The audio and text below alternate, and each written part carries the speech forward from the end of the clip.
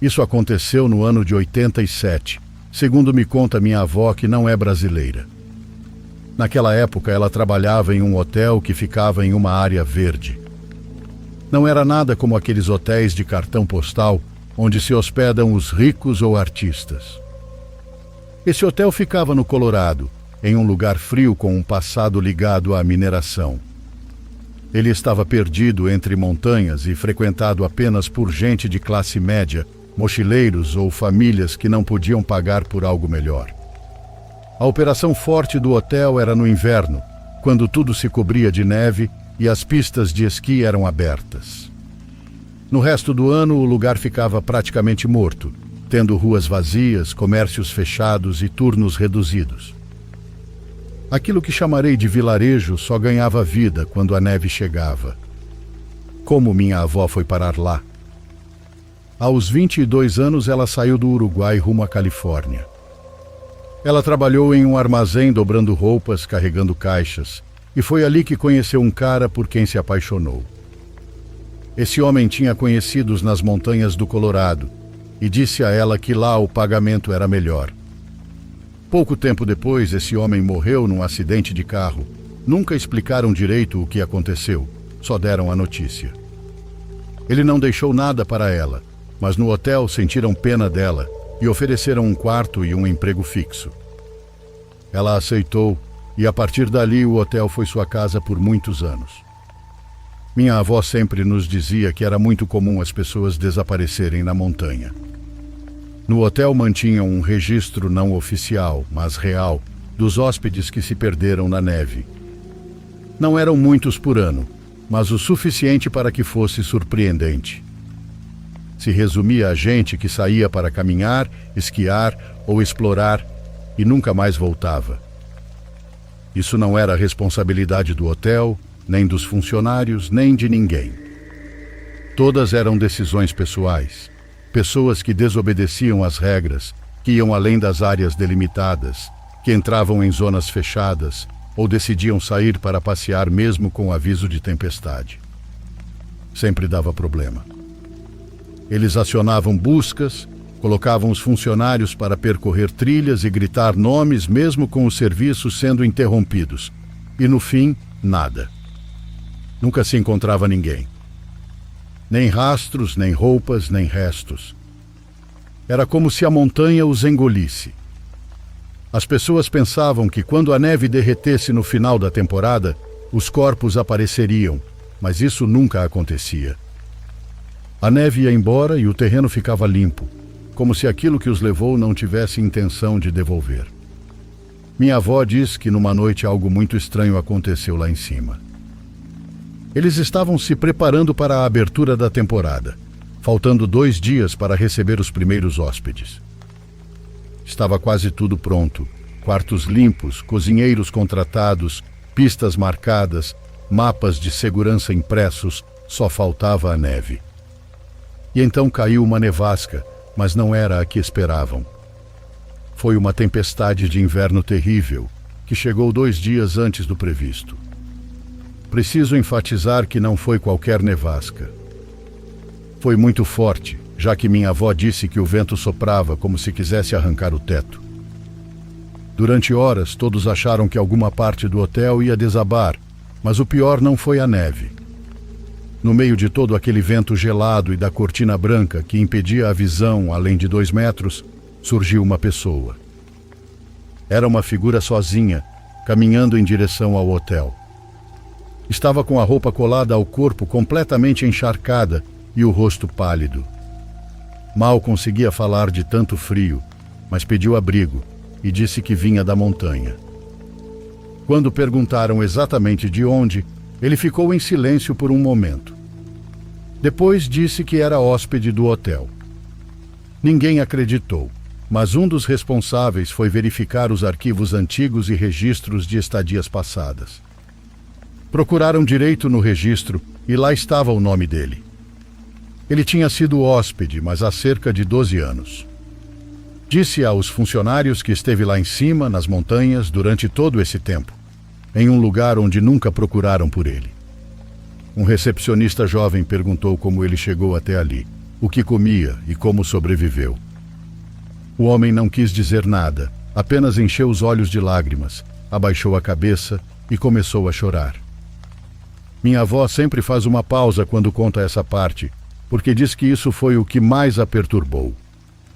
Não o fato de ele ter vindo da neve, nem de ter dito que estava perdido há mais de uma década. O estranho foi isso: ele chorar sem conseguir explicar como ainda estava vivo.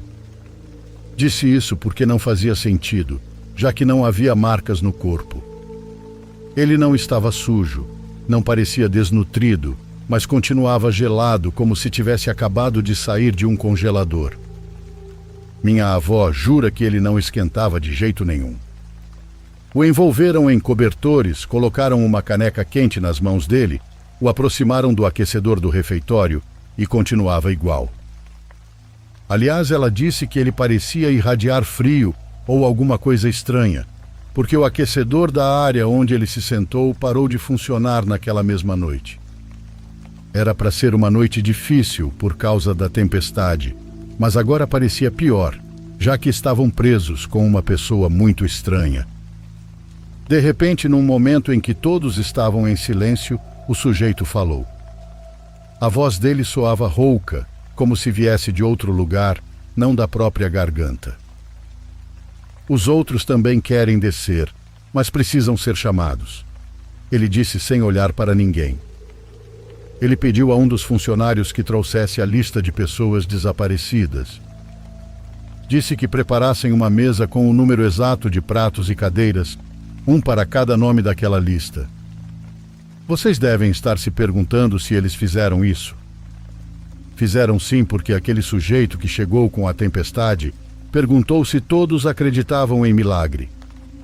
O gerente disse que sim, e a dona, mesmo não tendo muita fé, também disse que sim.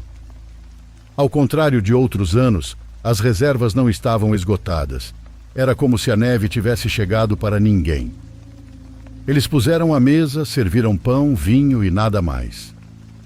Sim, era como a mesa da última ceia de Cristo. Eles esperaram e esperaram com medo, porque, segundo a teoria do homem, 12 mortos desceriam da montanha. Só que quando deu meia-noite, nada aconteceu. De madrugada, a tempestade acabou e o homem foi embora. Assim como chegou, desapareceu sem deixar rastro. Para a sorte de todos, aquela foi uma temporada estranhamente boa. Durante aqueles meses, uns ridículos, incluindo minha avó, riam, dizendo que esperaram que os mortos descessem para ter a última ceia. Minha avó teve que engolir as palavras porque uma semana depois da Páscoa, quando a neve já tinha ido embora, apareceram os 12 corpos. Nos fundos do hotel, 12 pessoas sem vida apareceram. Minha avó diz que havia muitas opções, muitas coisas que poderiam ter sido feitas com os corpos, mas a dona pediu que guardassem aquelas pessoas na câmara frigorífica do hotel. Ela decidiu isso junto com o gerente, dizendo que não seria capaz de explicar como 12 falecidos apareceram todos juntos e intactos dentro de sua propriedade. Minha avó morou alguns meses com a gente e nos contou tudo isso. O hotel fechou em 2003 e ainda existe, mas está abandonado.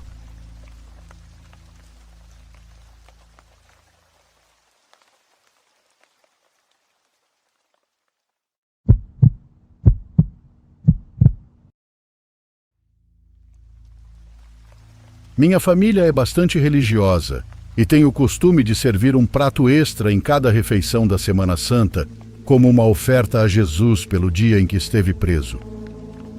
Vale destacar que a casa onde moramos tem muitos santos de vários tamanhos, mas há um que se destaca, um santo em tamanho real que está deitado sobre uma pedra. Na noite da Sexta-feira Santa, desci de madrugada para o primeiro andar para ir ao banheiro. Sinceramente, eu estava meio sonolenta por causa da hora, mas não acho que tenha sido um truque da minha visão. Digo isso porque, ao passar pela sala de jantar, vi a silhueta de um homem sentado à mesa, jantando. Pode parecer ridículo da minha parte, mas não dei importância na hora porque não achei estranho. Só fui começar a pensar sobre isso quando estava lavando as mãos. Quem estaria jantando de madrugada com as luzes apagadas? Quando voltei para o meu quarto, olhei novamente para a sala de jantar, mas não havia ninguém lá. Pela manhã, minha mãe percebeu que a comida do prato extra estava com uma quantidade menor do que o que havia sido colocado. Ela disse que o Senhor tinha feito presença na casa. Ela parecia emocionada, mas eu senti mais medo do que qualquer outra coisa na vida. Eu não sou tão religiosa, mas respeito. Depois disso, todo ano, quando a Semana Santa chega, sinto como se estivesse sendo observada dentro de casa, além de ouvir barulhos como se alguém estivesse jantando.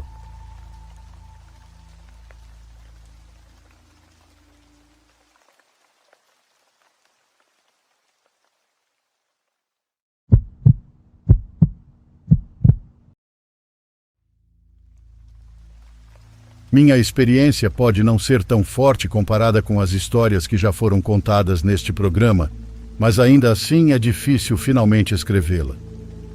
É difícil fazer com que deixe de ser apenas uma lembrança e se transforme em uma história que eu tenha coragem de contar. Aconteceu quando eu estava cuidando do filho de um dos melhores amigos do meu pai. Carlos não é o nome verdadeiro dele, mas é assim que vou chamá-lo. Também, para o bem da história, vou chamar o filho dele de Carlinhos. Havia muita confiança entre nós, já que eu era realmente como parte da família deles. Conheço eles desde muito pequena. A filha mais velha deles foi minha babá e agora, 15 anos depois, era minha vez de retribuir o favor. E claro, não fazia mal nenhum, já que iriam me pagar tão bem. Em uma ocasião, me ligaram com urgência. Carlos e a esposa dele não estavam em casa havia uma semana inteira, e a moça conhecida deles estava cuidando do Carlinhos. Porém, o retorno dos pais foi sendo adiado, e essa moça precisou sair uma noite para resolver questões pessoais, então me chamaram para ficar lá só naquela noite. Era a época de provas finais, por isso não tinham me chamado antes, mas eu aceitei. Já conhecia bem a casa e o Carlinhos, então não teria problema. Minha mãe me levou e tudo aconteceu da melhor forma possível nas primeiras horas. Jantamos e passamos um tempo juntos, como sempre. E então ouvi um ruído muito sutil, como o som de uma cadeira se movendo. A casa era estranha, antiga, e havia sido construída cômodo por cômodo, desde que era apenas 2 quartinhos até se tornar tão grande como é hoje.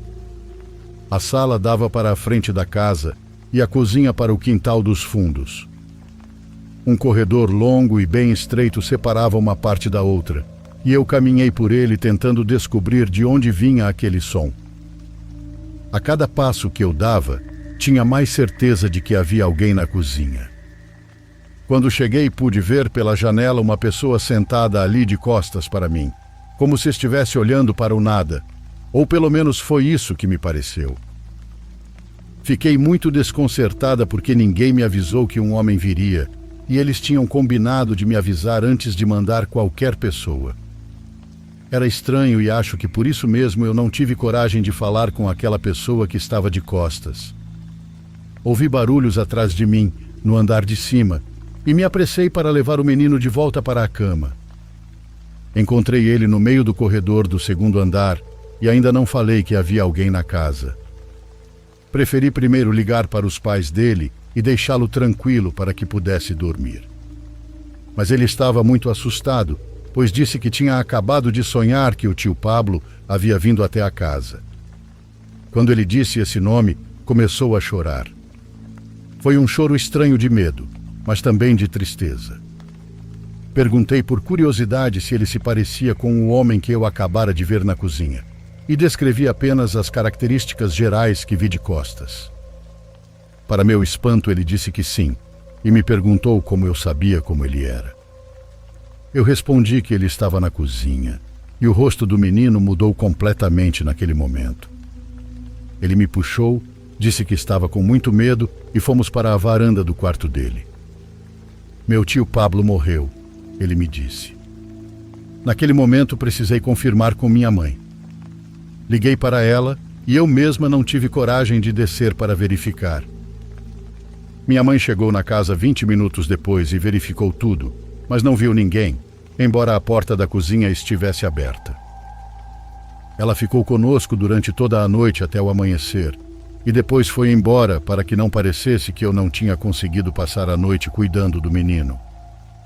Eu sei que no fundo ela não acredita de verdade no que eu vi, porém não tem como fingir que meu cérebro brotou uma pessoa lá. A morte dele foi tão violenta e repentina que, como alguns dizem, talvez essa pessoa ainda nem saiba que morreu. Talvez ele ainda continue voltando para os lugares onde viveu, na esperança de reencontrar a família.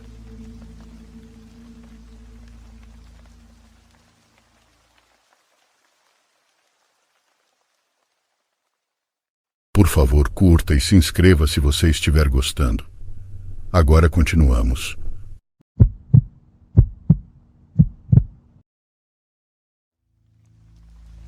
Tenho 45 anos e sou motorista de ônibus há bastante tempo em uma cidade do interior de São Paulo.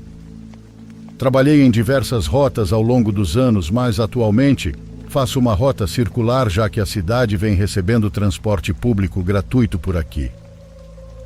Passo pelas mesmas ruas todos os dias e paro em pontos específicos para pegar e deixar passageiros. Conheço a cidade como a palma da minha mão, tanto as ruas mais movimentadas quanto os becos mais tranquilos. Hoje em dia, dirigir à noite é uma rotina normal para mim. Costumo trabalhar no turno noturno porque gosto da tranquilidade do período.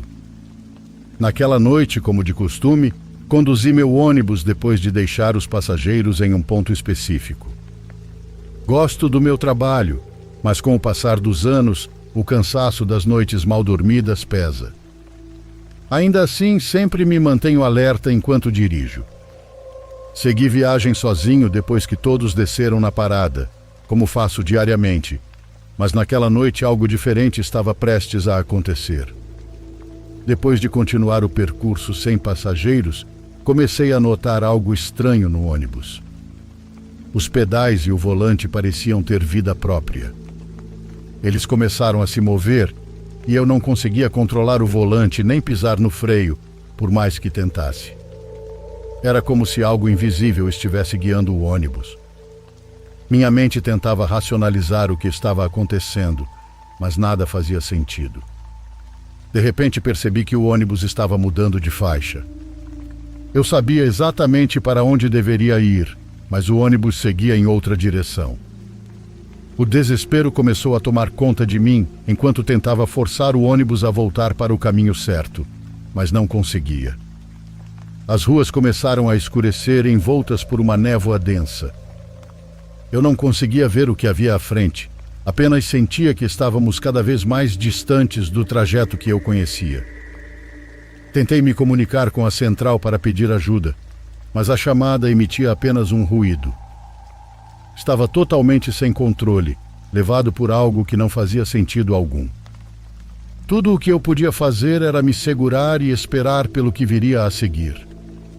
A névoa era tão espessa que mal podia ver além do para-brisa. Meu coração batia forte no peito e minhas mãos tremiam de nervoso ao segurar o volante que se movia por conta própria. A névoa começou a se dissipar e me vi em um lugar que nunca havia visto antes.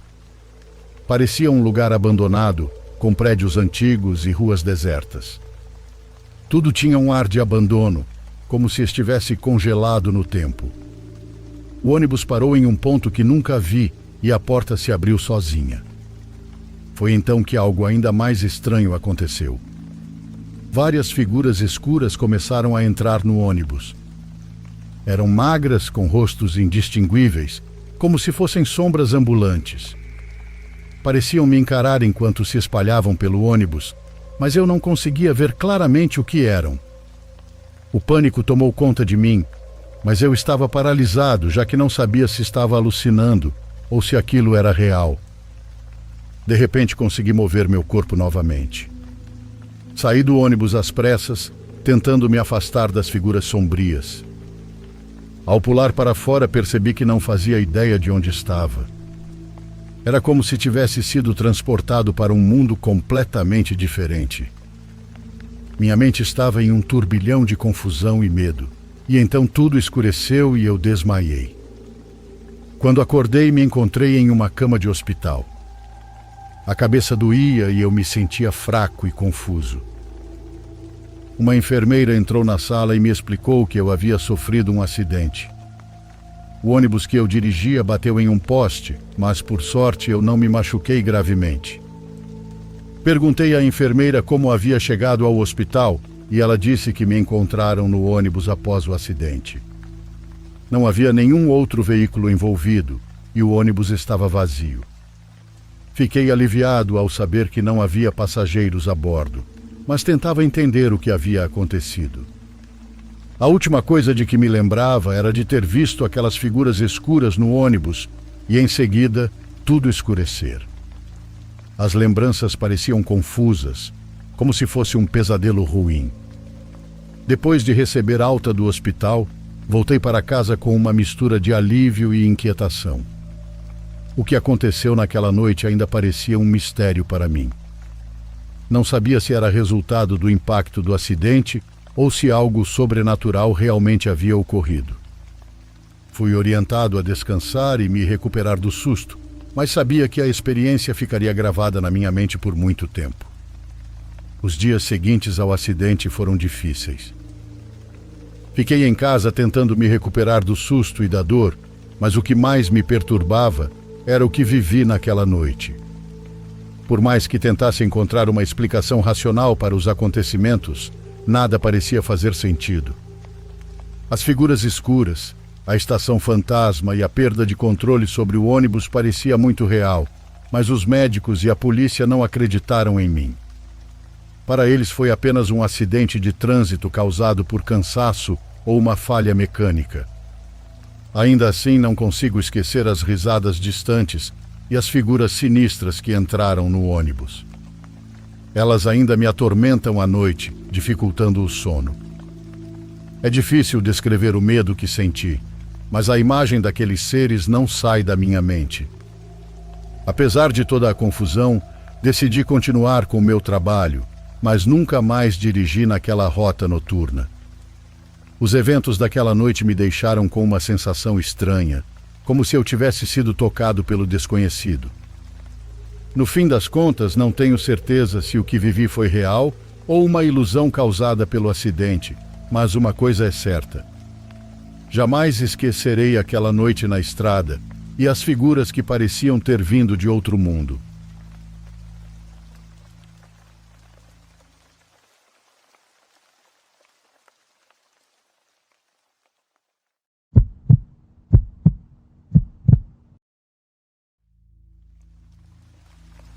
Sempre acreditei no paranormal, fantasmas, demônios e esse tipo de coisa. Já tive alguns encontros com situações que simplesmente não têm explicação lógica, mas o que vou contar agora é algo completamente diferente. É um dos piores momentos da minha vida, a vez em que mais senti medo, porque de verdade tive certeza de que naquele dia eu ia morrer. Tudo começou durante umas férias em família. Decidimos alugar uma cabana em um resort de luxo às margens de um lago muito grande que existe por aqui. Estávamos muito felizes por poder fazer isso. Uma das atrações principais para mim era o paddleboard, que é uma prancha parecida com a de surf, sobre a qual você pode navegar usando um remo. Já tinha praticado antes, então estava animado para fazer de novo. Assim que chegamos à cabana, vesti o traje de banho, avisei que iria até o lago e fui direto para o cais. Lá um dos funcionários me entregou uma prancha e antes de subir nela perguntei se havia animais na lagoa. Houve uma longa pausa até que ele respondeu que às vezes apareciam peixes. Essa pausa, esse jeito de responder, me deixou com uma certa dúvida, como se ele não estivesse me dizendo toda a verdade. Quero esclarecer antes de continuar que não contei essa história para muitas pessoas, porque quem ouve costuma zombar ou não acredita. Entrei na água com a prancha e comecei a remar tranquilamente, aproveitando a paisagem como sempre. Ao longe vi uma pequena ilha coberta de árvores, distante da margem.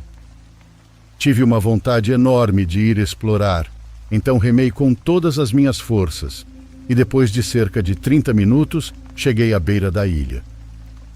Fiquei um pouco preocupado, pois não levei celular e sabia que a volta levaria o mesmo tempo. Por um momento pensei em voltar, mas no fim decidi desembarcar. Já tinha chegado até ali e não queria sentir que o esforço tinha sido em vão. A ilha parecia totalmente deserta e nada turística. Desci com cuidado e amarrei o paddle em uma árvore fina perto da margem, embora agora eu ache que foi uma má decisão. Se alguém tivesse levado minha prancha, eu não teria como voltar. Levei apenas o remo e no começo andar pela ilha foi empolgante. Me sentia como um explorador. Tudo que eu ouvia era só o vento e o canto dos pássaros, e nisso fui me aprofundando mais do que pensava e, sem perceber, me perdi. Não lembrava por onde tinha vindo, e a ilha era maior do que parecia vista de longe. Comecei a ficar assustado, não tanto por algo sobrenatural, mas mais pela ideia real de estar perdido e ninguém saber que eu estava ali.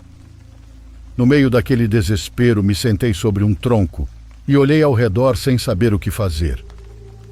Então ouvi algo grande se movendo entre os galhos. As árvores eram muito densas, eu não conseguia ver nada, mas os pássaros saíram voando e meu medo aumentou.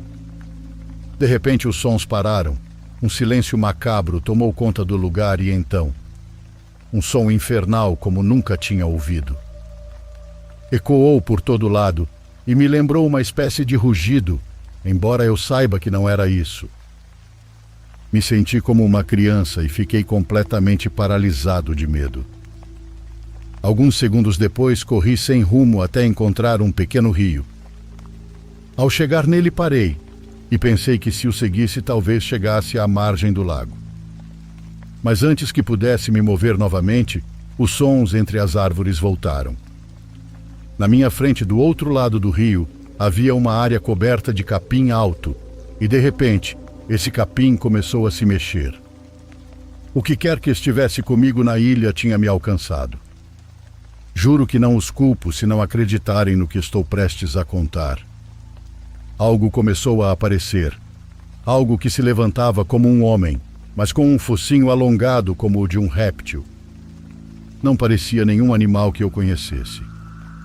Fiquei imóvel e não consegui sair do meu transe de terror dessa vez. Mas assim como apareceu, ela foi embora. Recuou lentamente e pareceu se agachar e desapareceu no matagal. Voltei a ouvir os passos no mato, mas dessa vez, graças a Deus, estava se afastando. Assim que consegui me mexer, corri seguindo o rio até que finalmente cheguei à margem. Só faltava encontrar a prancha. Corri de um lado para o outro pela costa até que a vi, desamarrei e me joguei na água, remando como se minha vida dependesse disso. Quando cheguei ao cais do resort, minha família já estava lá, muito preocupada. Já tinham se passado mais de 2 horas sem que eles soubessem sobre mim. Contei o que me aconteceu, mas ninguém acreditou em mim. Minha família ainda me questiona sobre o que aconteceu naquela tarde, pois duvidam da veracidade das minhas palavras. Aqui, de alguma forma, com pessoas que já foram testemunhas de tantas coisas, me sinto mais à vontade. Obrigado por me ouvirem e tenham uma boa semana.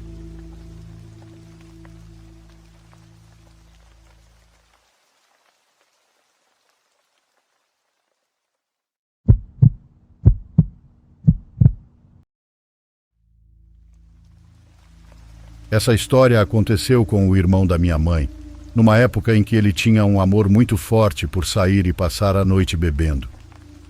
Mas apesar de ficar constantemente acordado até tarde e festejar, ele sempre acordava cedo para ir trabalhar. Nunca falhou em questão a isso. Um dia, quando se preparava para ir trabalhar, às 5 da manhã, saiu de casa como todas as manhãs para encontrar um colega cuja casa ficava no caminho para o trabalho. Quando meu tio começou seu caminho, ele encontrou algo estranho. algo incomum naquele caminho que ele conhecia como a palma da sua mão. Ao passar por um terreno baldio, ele viu uma figura estranha mais à sua frente. Era algo preto no chão, estava imóvel, e quando olhou melhor viu que era um cão. Ele agarrou um cabo de vassoura para o caso do cachorro ser bravo e atacá-lo, mas o cachorro não se mexeu. Ele apenas rosnou como se dissesse para ele não se aproximar mais. Quando meu tio passou por ele, alguns metros depois, se virou para olhar para trás. O cachorro ainda estava no chão, no mesmo lugar, na mesma posição, mas sua cabeça havia girado 180 graus e seus olhos brilhavam. Ele havia se virado de uma forma impossível para aquele animal. Ele nunca tinha visto nada assim. Um cachorro que no chão sem nenhum esforço virava a cabeça como se estivesse com o pescoço quebrado. Meu tio correu para a rua onde ficava a casa do seu amigo e chegou assobiando como sempre fazia, dizendo que havia chegado. O amigo dele não saiu e meu tio ouviu passos vindo pela rua. Para sua surpresa, não era nada assustador, pelo contrário, era uma garota muito atraente. Ela estava usando um vestido que parecia realçar perfeitamente seu corpo, e meu tio a encarou para poder distinguir seu rosto. Quando ela estava prestes a chegar perto o suficiente para que meu tio a visse, um carro com os faróis apagados a alcançou e parou ao lado dela. Meu tio virou-se para a casa do amigo e gritou para ele se apressar, e quando olhou novamente para aquela mulher, ela já estava dentro do carro. Meu tio diz que não ouviu nenhuma porta, mas viu como o carro avançava com ela a bordo e parou alguns metros à sua frente. Ele estava com um mau pressentimento. Tudo naquela cena lhe dizia que algo não estava certo. Então, mais uma vez, ele voltou a gritar com seu amigo Carlos e ninguém mais uma vez saiu. Ao ouvir o carro dar ré e parar bem na sua frente, só que do outro lado da rua, ele viu que não havia ninguém dentro do carro, estava vazio. Carlos gritou com ele ao sair de casa. Perguntou-lhe o que havia de errado, porque ele estava tão pálido. Meu tio contou o que acabara de acontecer com ele, que havia alguém naquele carro e agora estava vazio. O amigo dele riu e disse que provavelmente ele ainda estava bêbado, mas meu tio jurou que não.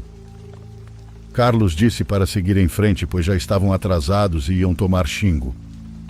Eles então se dirigiram para uma escada que descia entre as casas para cortar o caminho, mas assim que pisaram no primeiro degrau, ouviram a porta do carro se abrir.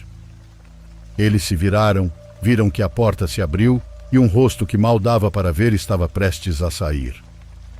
Era a mulher de antes, com o mesmo rosto normal, mas quando ela colocou um dos pés para fora do carro, notaram que, sem dúvida, era o pé do que parecia um cachorro. Os dois continuaram olhando, mas aquela coisa voltou para dentro do carro.